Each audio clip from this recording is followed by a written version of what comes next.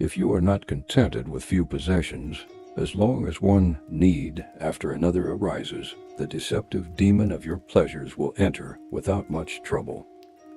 Do not take as true anything others say, good or bad. Do not regard it with hope or fear.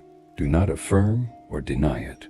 Allow others to say whatever they like, as if they are talking about a corpse.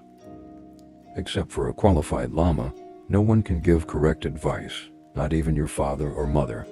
Be the judge of your actions, and do not let others lead you around by the nose.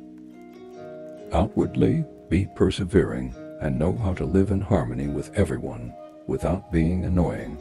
In fact, should anyone high or low try to interfere with your practice, you should be as unaffected as an iron boulder flayed with a piece of silk.